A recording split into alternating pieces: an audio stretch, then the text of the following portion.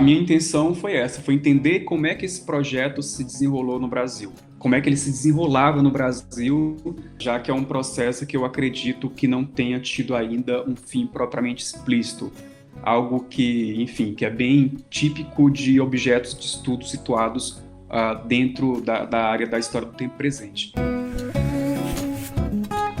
Eu comecei a me interessar pelo tema da imprensa e ditadura quando eu atuei no NEDIS, que é o Núcleo de Documentação do curso de História da Estadual Vale do Acaraú, e comecei a ter contato com o jornal Correio da Semana, que é um jornal local de Sobral, mas que tem uma circulação, tinha na época da ditadura, mas também tem até hoje uma circulação na região norte do estado, e que foi meu objeto de estudo no meu trabalho monográfico. Eu estudei as relações desse jornal no contexto da ditadura militar, não só pensando num contexto mais âmbito a nível federal, mas também como esse jornal se relacionou com as elites locais, não só sobralense, mas também a estadual nesse momento. Para o mestrado, para mim já estava muito claro que eu continuaria trabalhando com o tema da imprensa durante a ditadura, porque era um tema que me interessava muito, sendo que aí eu gostaria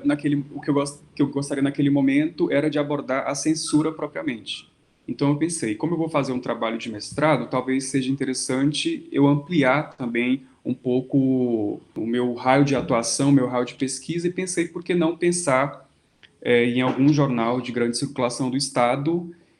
E aí você vai trabalhar, inevitavelmente, com o jornal O Povo, que era o maior jornal em circulação na época, é até os dias atuais. Mas, ao mesmo tempo, para não ficar apenas naquele jornal como objeto, eu decidi manter o jornal Correio da Semana como objeto de estudo, porque daí eu não faria uma pesquisa hiperlocalizada lá em Sobral, porque eu continuaria no mesmo objeto e com as mesmas questões da monografia.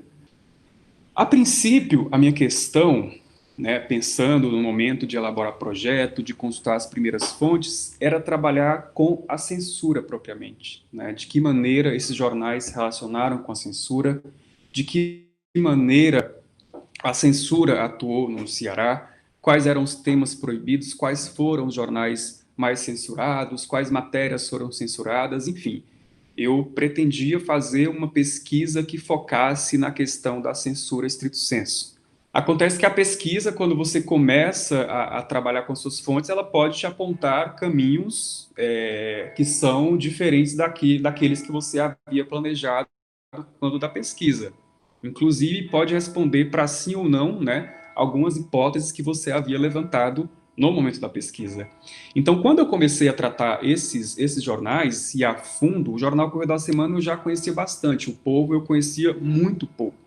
Quando eu comecei a trabalhar com esses jornais a fundo, eu fui da imprensa, da censura, aliás, para o colaboracionismo. Aí eu percebi que muitas das memórias sobre censura durante esse período não encontravam correspondente na realidade. As fontes me mostravam o contrário, me mostravam muito apoio. E o recorte da minha pesquisa de mestrado é justamente o momento da abertura política, porque eu esperava encontrar naquele momento também algum tipo de mudança em relação a esses jornais e à ditadura militar.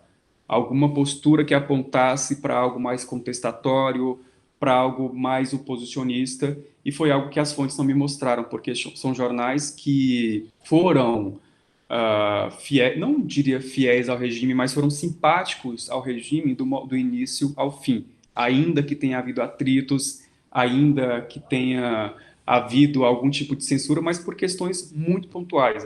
É importante lembrar, numa discussão como essa que a gente está fazendo, que a censura ela acabou atingindo mesmo alguns apoiadores do regime, né? E com esses jornais que eu pesquisei não foi diferente. Teve episódios de censura muito pontuais, mas o que prevaleceu foi a colaboração. Nisso, a pesquisa acabou mudando um pouco de foco, porque foi para essa questão das relações de apoio, das relações de consentimento, das relações de legitimação estabelecidas entre esses jornais e a ditadura militar.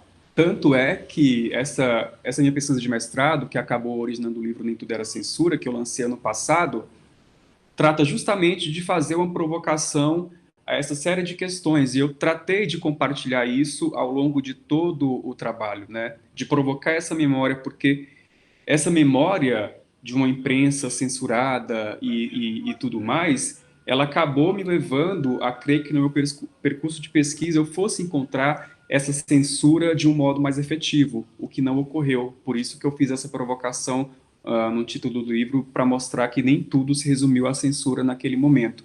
Os trabalhos sobre a imprensa e a ditadura militar no Brasil, existem bons exemplos, é um campo de pesquisa, enfim, que não é nenhuma novidade, como eu falei, já tem trabalhos bem interessantes nessa temática, mas em relação ao Ceará, propriamente, há ainda um vazio. Além do meu trabalho, enfim, que foi publicado muito posteriormente, anterior ao meu, eu só conheci o trabalho da Márcia Vidal, que é uma jornalista, e que ela trabalhava propriamente com o jornal O Povo.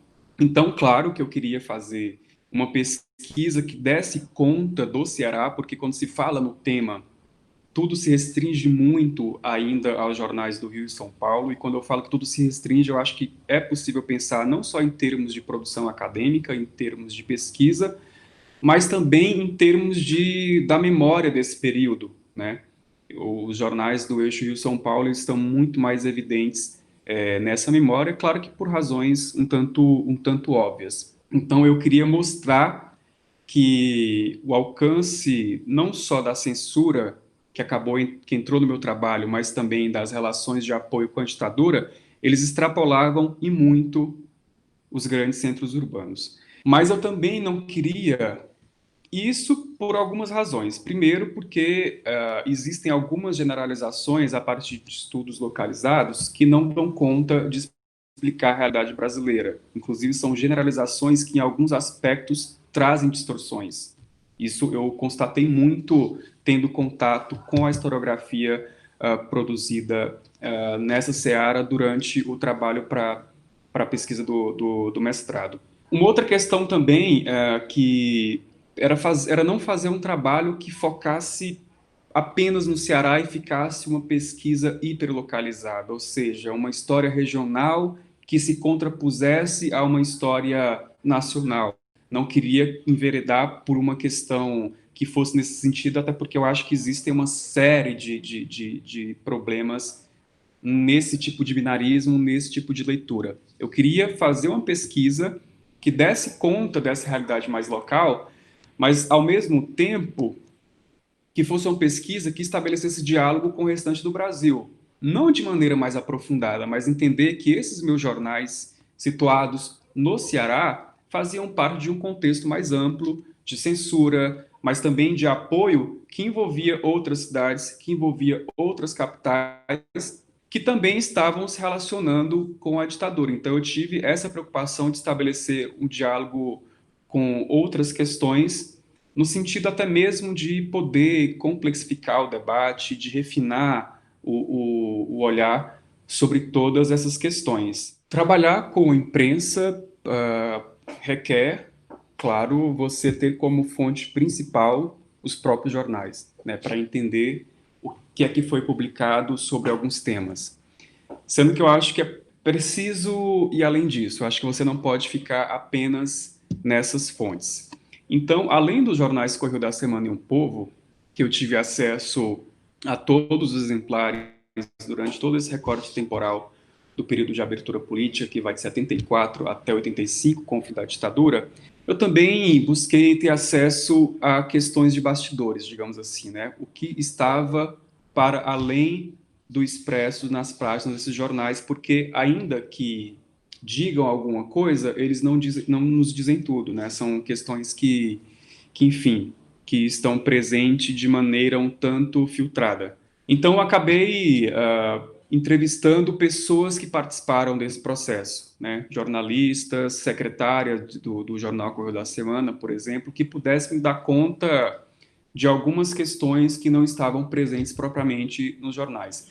Além dos testemunhos orais, o que foi uma questão um tanto difícil, por duas razões. Primeiro, porque quando as pessoas sabem que você está pesquisando pesquisando o jornal do qual ele fez parte naquele período da ditadura militar, ele já vai saber que, olha, o pesquisador vai mostrar que nós apoiamos a ditadura. Então, é uma memória incômoda, porque as pessoas não querem estar envolvidas, né, nesse tipo de questão. Então, teve muita negativa em relação a não querer falar, né, por uma série de razões, entre as quais é essa que eu mencionei.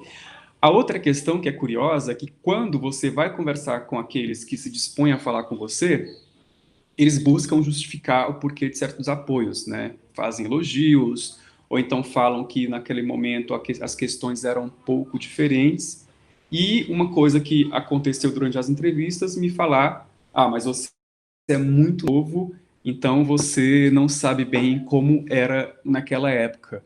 Ou seja, já ali do próprio entrevistado uma forma de te deslegitimar, né, de tirar a sua autoridade de pesquisador com base numa experiência vivida que eu não tenho, né? O que traz uma série de questões que envolvem a disputa entre memória e história, que envolve muitos dos dilemas da história do tempo presente, da história recente, mas que me acompanharam durante esse percurso de pesquisa.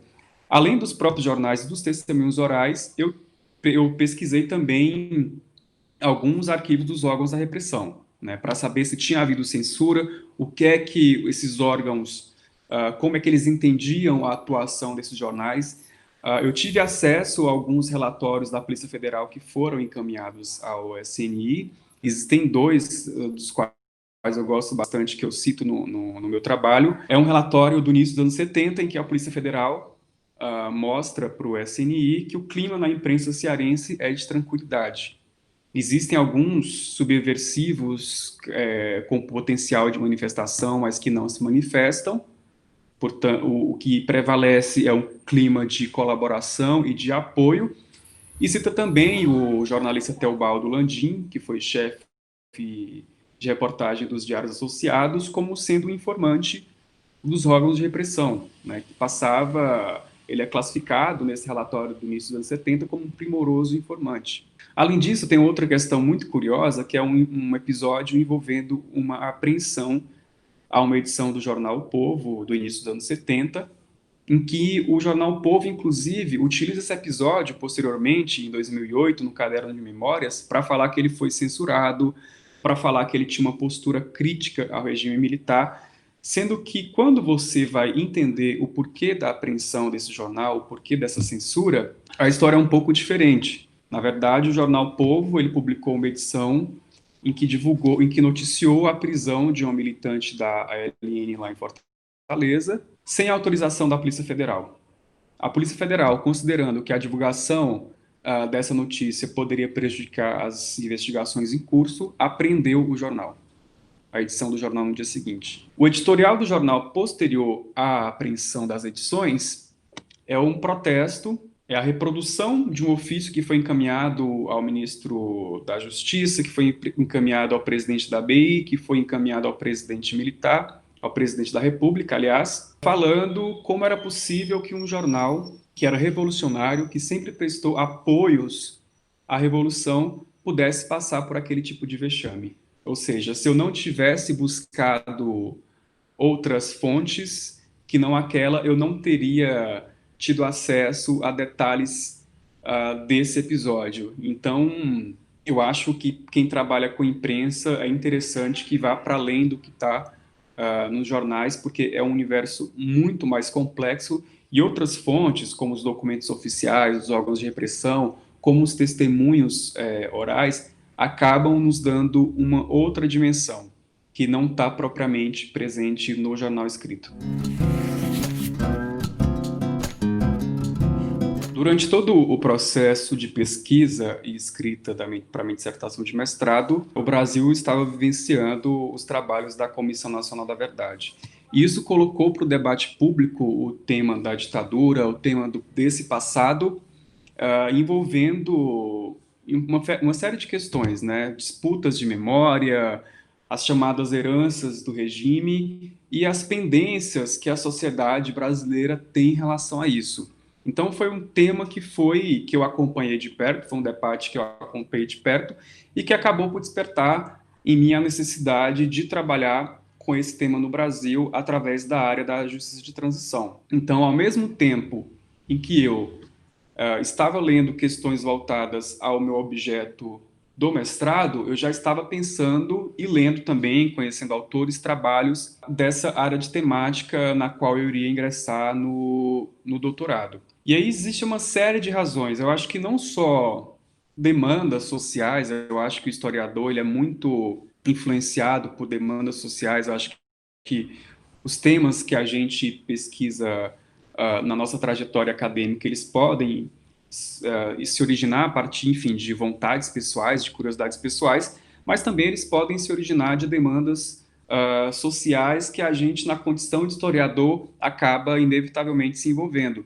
E o tema da justiça de transição, acho que ele resulta muito de todo esse quadro que eu estou tentando desenhar aqui para vocês. A minha intenção foi essa, foi entender como é que esse projeto se desenrolou no Brasil, como é que ele se desenrolava no Brasil, já que é um processo que eu acredito que não tenha tido ainda um fim propriamente explícito, algo que, enfim, que é bem típico de objetos de estudo situados dentro da área da história do tempo presente. Então, minha pretensão foi fazer um estudo voltado para o Brasil, já que eu me deparei com vários estudos já consolidados para outros países do sul da Europa, por exemplo, aqui do Cone Sul, mas sentia falta de um trabalho na área da história, porque o tema da justiça de transição, sobretudo do ponto de vista jurídico, mais conceitual, ele já recebeu a atenção de outras áreas. Exemplo dos cientistas políticos, exemplo dos juristas, mas do ponto de vista histórico, ou seja, entender a historicidade desse processo no Brasil, eu acho que não existem trabalhos de maior fôlego. A gente pode pegar, existem várias coletâneas que falam, por exemplo, da Comissão de Mortos e Desaparecidos Políticos, que falam da Comissão de Anistia, trabalhos mais recentes que falam da Comissão Nacional da Verdade, mas é tudo isso de forma muito pontual. E eu queria entender esse processo dentro de uma longa duração, articulado às lutas por anistia ainda,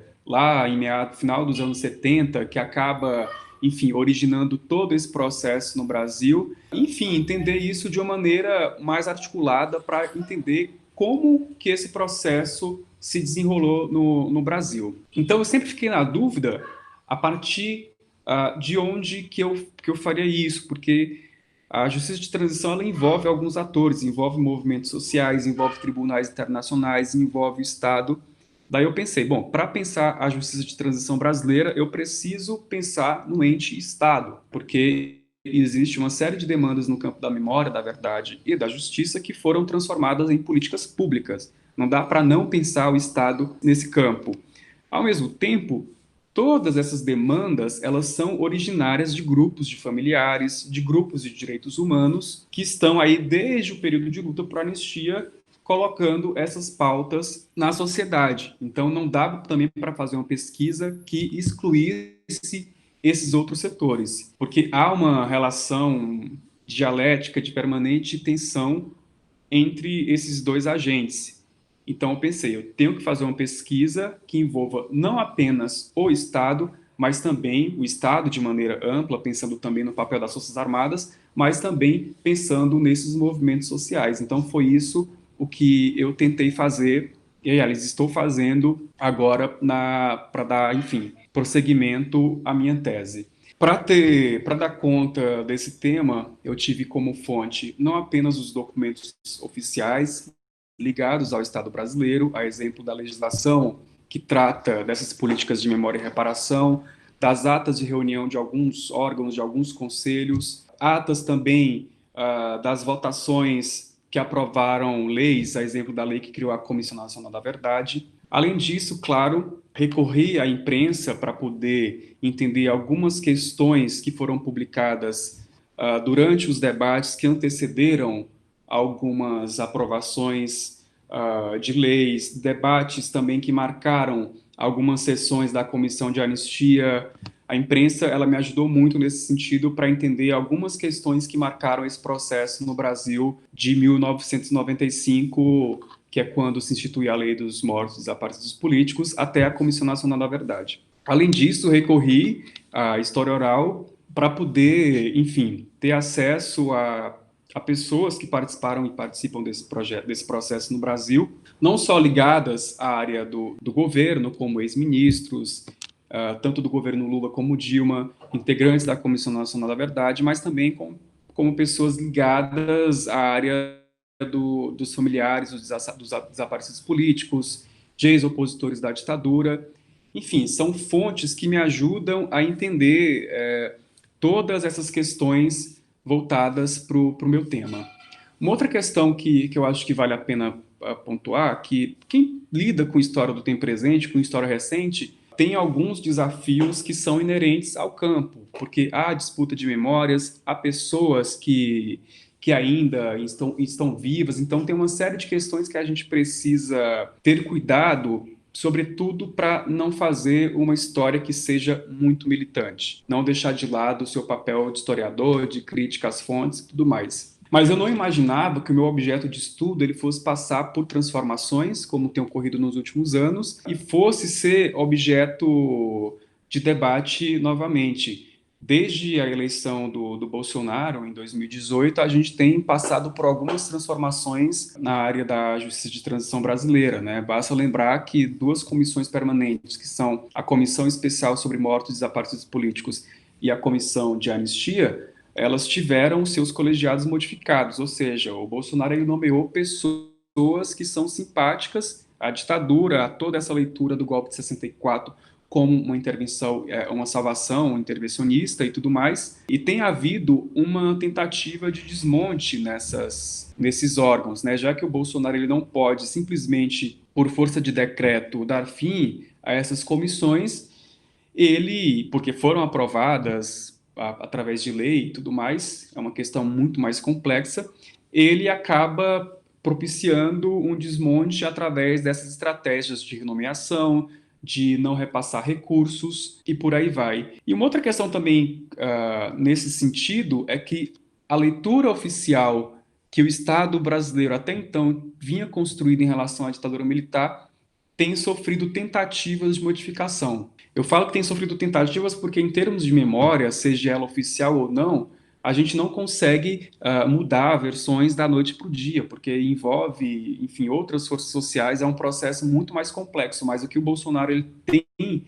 tentado fazer é mudar toda uma leitura que vinha sido construída, pelo menos desde 1995, né? Ele já deu declarações de que se poderia comemorar o golpe de 64 e coisas nesse sentido. Então, é algo com o qual eu pensei há 2 anos. Não, eu vou colocar na introdução da tese alguma menção nesse sentido para poder dar conta de que algo esteve mudando.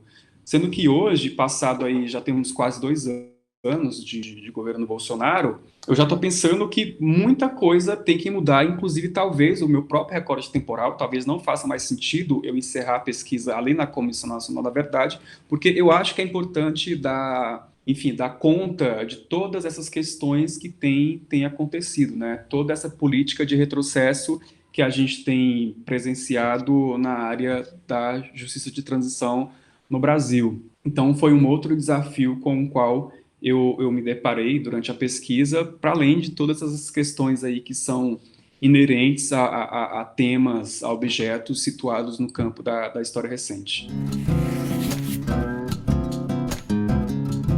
Eu fiz minha graduação na Universidade Estadual Vale do Acaraú. Ela faz parte das 3 universidades estaduais do estado do Ceará, junto à Universidade Regional do Cariri e à Universidade Estadual do Ceará. E eu concluí minha graduação, eu sou licenciado em História, no ano de 2012. Posterior a isso, eu já tinha essa necessidade, desde meados da graduação, a investir numa carreira acadêmica. Então, logo após a defesa da monografia e que eu concluí o meu curso, eu já pensei nas possibilidades de mestrado. Por uma série de razões, eu não pretendia continuar no Ceará, razões tanto profissionais, mas também familiares, e pensei em algumas possibilidades. De imediato, pensei USP, porque é uma instituição, enfim, atrativa. Pensei Rio também, o FRJ, ou UF, porque são universidades que já têm uma tradição de pesquisas voltadas para a ditadura militar, e eu pretendia continuar pesquisando ditadura militar. E São Paulo, a PUC propriamente, que foi onde eu fiz o meu mestrado, era um plano B, um plano C.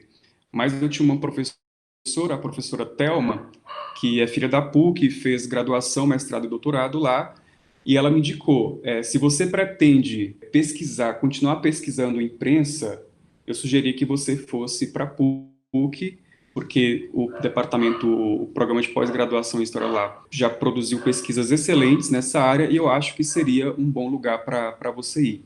E assim, é uma dica que eu acabei aceitando e não me arrependo, porque o tipo de pesquisa que eu desenvolvi na PUC me permitiu, eu acho, que um olhar, eu não diria mais refinado, mas me trouxe novas possibilidades para analisar meu objeto de estudo, que talvez eu não tivesse em outros programas de pós-graduação. Após defender o mestrado na PUC de São Paulo, em 2015, eu passei por um processo seletivo para atuar como pesquisador bolsista no CPDOC. O CPDOC, ainda que ele, enfim, tenha a sua sede no Rio de Janeiro, ele também funciona em São Paulo. Existe um CPDOC em São Paulo, bem menor, ligado ao Centro de Relações Internacionais da FGV. Então, eu fiquei lá por quase um ano. E nesse período, eu me envolvi em alguns projetos de história oral que já estavam sendo levados adiante pelo CPDOC. Então, trabalhei com alguns projetos capitaneados pelo Celso Castro,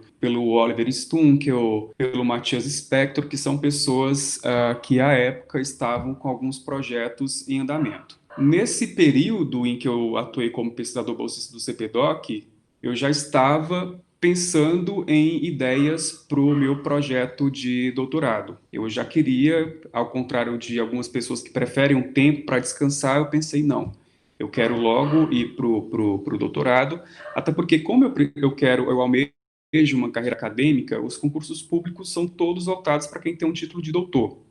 Não estava no meu horizonte de expectativas ficar esperando muito tempo, ainda que um descanso fosse muito interessante, mas eu preferi deixar de lado.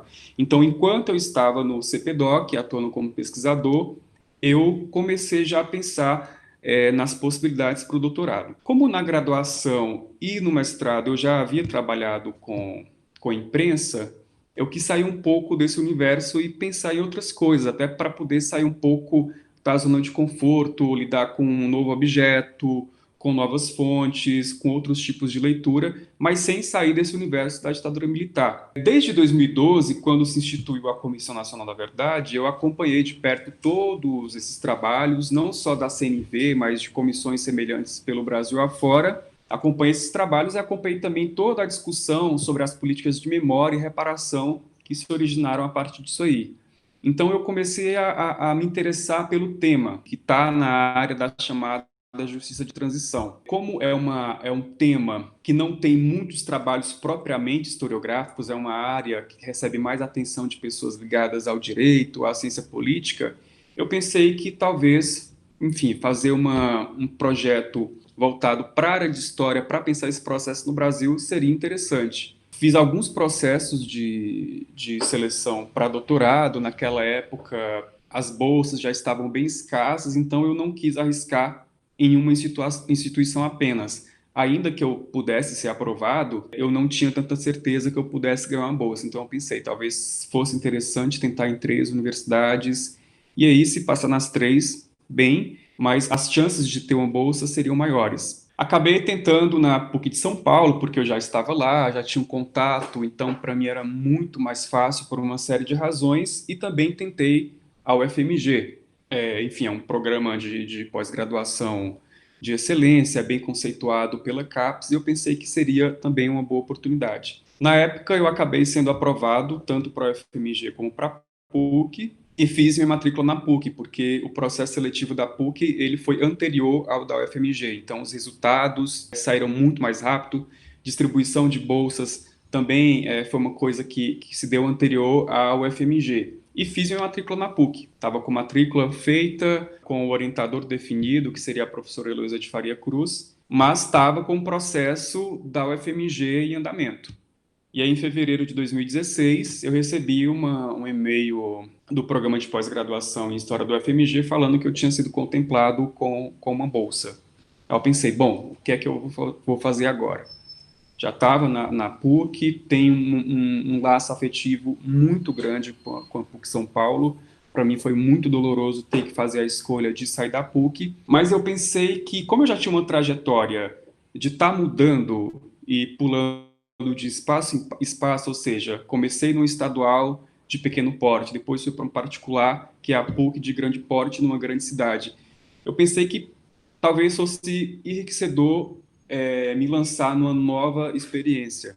E isso agregaria muito ao meu currículo, porque eu conheceria novas pessoas, teria experiência em uma outra cidade, em uma outra capital, e aquilo seria mais proveitoso, ainda que continuar em São Paulo, continuar na PUC, fosse mais fácil, porque eu já estava estabilizado. Então, diante disso, eu tive que tomar a decisão, e foi muito rápida, de mudar para Belo Horizonte. Foi uma coisa que ocorreu assim no intervalo de 2 semanas entre ter a notícia da Bolsa e decidir mudar.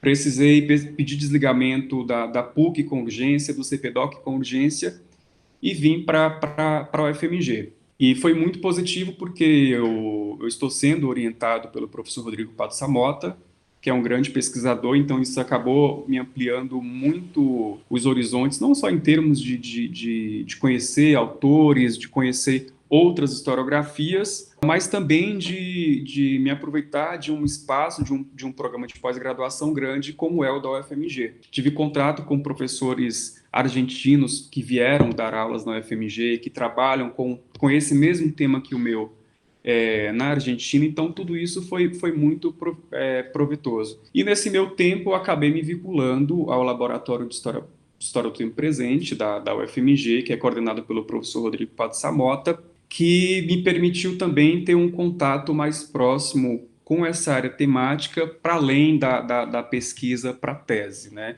Eu acho que esses vínculos institucionais, eles são importantes porque eles te colocam em contato não só com outras instituições, mas também com pessoas, com pesquisas, e esse processo de conhecer gente, eu acho que ele é tão importante quanto ler os livros dessas pessoas. Então, para mim, isso foi muito benéfico, porque eu tenho vários dos colegas que eu conheço, têm aquela trajetória de fazer graduação, mestrado e doutorado na mesma instituição. Os meus próprios colegas da UFMG, a grande maioria, eu acho que 90, 95%, todos fizeram graduação da UFMG, e eu optei por essa questão de estar pulando em galho, porque eu acho que isso é muito enriquecedor. Tira da zona de conforto, você tem que começar algumas questões do zero, mas no final eu acredito que o saldo seja bem positivo.